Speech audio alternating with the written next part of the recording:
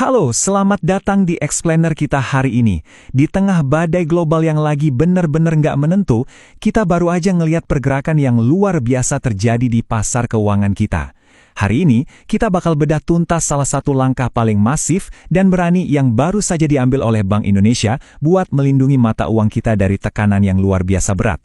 Jadi, persiapkan diri Anda karena kita akan bongkar apa yang sebenarnya lagi terjadi di balik layar perekonomian kita saat ini. 111 triliun rupiah. Angka yang gak main-main kan? Di tengah ketidakpastian global ini, Bank Indonesia harus turun gunung dan memborong surat berharga negara dengan angka sebesar ini. Bayangin aja ini kayak tindakan triase darurat di ruang gawat darurat rumah sakit ekonomi kita. Ini bukan pengeluaran rutin ya, ini alarm merah, sinyal kalau ada sesuatu yang lagi benar-benar mengancam stabilitas finansial kita. Oke, mari kita bedah ini. Kalau ekonomi kita ibarat pasien yang lagi pendarahan hebat, pertanyaannya adalah, apakah intervensi raksasa ini adalah obat penyembuh yang bakal mengembalikan kesehatannya secara total? Ataukah ini sekedar perban sementara buat ngentin pendarahan sebelum pasiennya kehabisan darah? Nah, untuk ngejawab itu, kita harus paham dulu, apa sih yang sebenarnya melukai pasien kita ini? Masuk ke bagian pertama, kita bahas dulu infeksinya. Badai global apa sih yang sebenarnya lagi ngehantam rupiah kita? Jadi gini, ancaman pertama itu datang dari memanasnya konflik geopolitik di Timur Tengah. Anda mungkin mikir, apa urusannya rudal di sana sama isi dompet kita di sini? Jawabannya ada pada inflasi impor. Kenapa kita sangat rentan sama hal ini? Karena secara struktural, posisi kita udah berubah drastis. Tahun 95 dulu, kita itu jagoan net eksportir minyak yang produksi sekitar 1,6 juta barel per hari. Hebat kan?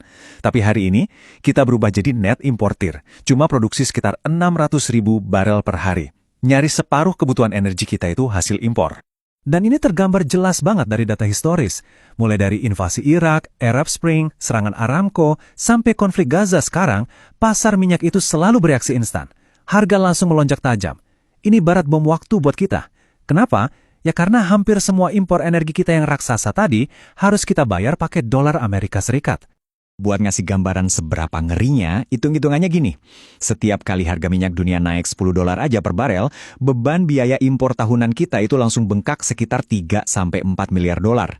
Tambahan biaya yang gila-gilaan ini maksa para importir kita buat rebutan beli dolar di pasar. Imbasnya, dolar makin langka, nilainya naik, dan rupiah kita makin tercekik. Ini lingkaran setan yang bikin nilai tukar kita makin merosot. Lanjut ke bagian kedua. Ini yang saya sebut sebagai gravitasi. Yaitu tarikan kebijakan higher for longer dari The Fed yang bikin keadaan makin parah. Intinya, Bank Sentral Amerika itu lagi ngedot modal keluar dari negara-negara berkembang. Kalau kita perhatiin sejarah korelasinya, pas The Fed agresif naikin suku bunga sampai nyentuh rekor 23 tahun terakhir di level 5,25-5,5%, dolar itu otomatis jadi super kuat. Narasi higher for longer atau suku bunga tinggi yang ditahan lebih lama ini udah terbukti secara historis dan terus-terusan ngehancurin pertahanan rupiah kita. Coba deh Anda posisikan diri sebagai investor global yang rasional dan cuma peduli sama angka.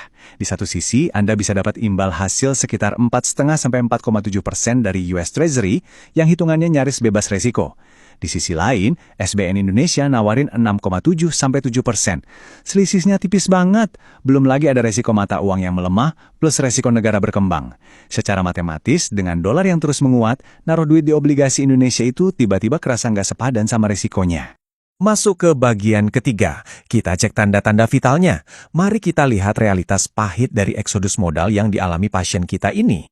Nah, yang benar-benar menarik, sekaligus bikin deg-degan dari data ini adalah fenomena triple flight. Modal kabur dari pasar obligasi atau SBN kita sampai 20 triliun. Dan dari pasar saham atau IHSG keluar sekitar 44,8 triliun. Memang sih, ada arus masuk di SRBI sebesar 53 triliun. Tapi, kalau kita totalin semuanya, hasilnya tetap net delta negatif, hampir 11,8 triliun. Artinya, pasokan dolar di dalam negeri kita masih ngalamin defisit yang parah. Satu lagi nih, jangan gampang terkecoh sama arus masuk 53 triliun ke SRBI tadi. Ini bukan uang permanen yang dipakai buat ngebangun pabrik bata demi bata atau ngebuka lapangan kerja baru ya. Ini murni uang panas atau hot money. Uang ini datang cuma buat numpang cari imbal hasil tinggi sementara waktu dan bisa langsung lenyap menguap dalam semalam begitu sentimen global berubah. Super rapuh kan? Masuk ke bagian keempat, tourniquet. Disinilah Bank Indonesia terpaksa melakukan manuver triple intervention darurat. Merespon eksodus masif tadi, BI harus masang torniket secepatnya buat mencegah crash sistemik. Mereka langsung ngeluarin pukulan kombinasi di 3 lini sekaligus. Pertama, jualan dolar langsung di pasar spot. Kedua, masuk ke pasar DNDF buat ngendalin ekspektasi pasar ke depan. Dan yang ketiga, ini yang paling epic, mereka jadi pembeli siaga dan memborong lebih dari 56 triliun SBN di pasar sekunder. Asal tahu aja, ini bukan taktik asal-asalan loh. Ini benar-benar playbook standar yang juga dipakai sama Bank of Japan, Bank Sentral India, bahkan The Fed waktu lagi krisis. Jadi, poin krusialnya begini. Kalau BI diam aja dan ngebiarin harga SBN anjlok plus imbal hasilnya meroket karena diobral asing, pemerintah bakal susah banget nerbitin utang baru, bakal kemahalan. Terus yang lebih parah, bank-bank besar yang megang SBN bisa rugi bandar. Nah, dengan masuk sebagai pembeli siaga, BI itu lagi menstabilkan harga, nyuntikin likuiditas rupiah ke sistem perbankan buat mencegah kredit crunch, sekaligus ngirim pesan tegas kalau mereka nggak bakal biarin krisis sistemik kejadian. Masuk ke bagian kelima, ini realitasnya. Perban sementara, bukan obat penyembuh. Langkah 111 triliun tadi emang manajemen risiko kelas dunia. BI gerak cepet banget. Tapi jujur aja, itu tetap cuma perban mahal yang sekedar ngebeli waktu. Nggak menyelesaikan masalah struktural yang bikin rupiah kita rentan dari awal. Jadi di bagian ke-6 ini, kita bicara soal vaksinnya. Untuk dapat kekebalan jangka panjang dari guncangan global, ekonomi kita butuh perubahan gaya hidup yang benar-benar radikal. Mari kita lihat 3 reformasi struktural yang wajib banget dijalanin sebagai vaksin sejati kita. Pertama, hilirisasi. Kita harus stop kebiasaan jual tanah sama batu mentah dan mulai ekspor barang bernilai tinggi kayak baterai mobil listrik.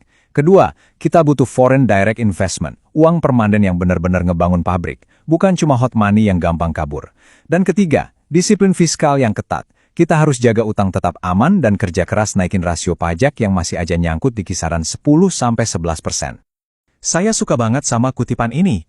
Kemenangan pertandingan ditentukan oleh strategi menyerang, bukan sekedar seberapa hebat kita bertahan.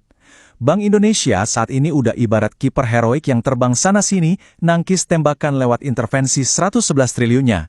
Tapi, buat benar-benar menangin permainan ekonomi global ini, pemerintah dan sektor real harus ikut maju nyerang lewat reformasi struktural tadi. Nah, ini bawa kita ke satu pertanyaan pamungkas buat Anda. Mengingat semua diagnosis ini bahwa intervensi BI itu sifatnya perban jangka pendek, sementara reformasi butuh waktu bertahun-tahun, di mana Anda memposisikan aset Anda hari ini. Apakah Anda masih pede 100% pegang rupiah, atau udah mulai siap-siap melakukan hedging portofolio Anda? Saya penasaran banget pengen dengar tesis makro Anda, jadi silahkan share pendapat Anda dan mari kita diskusi di kolom komentar. Sampai jumpa di explainer berikutnya.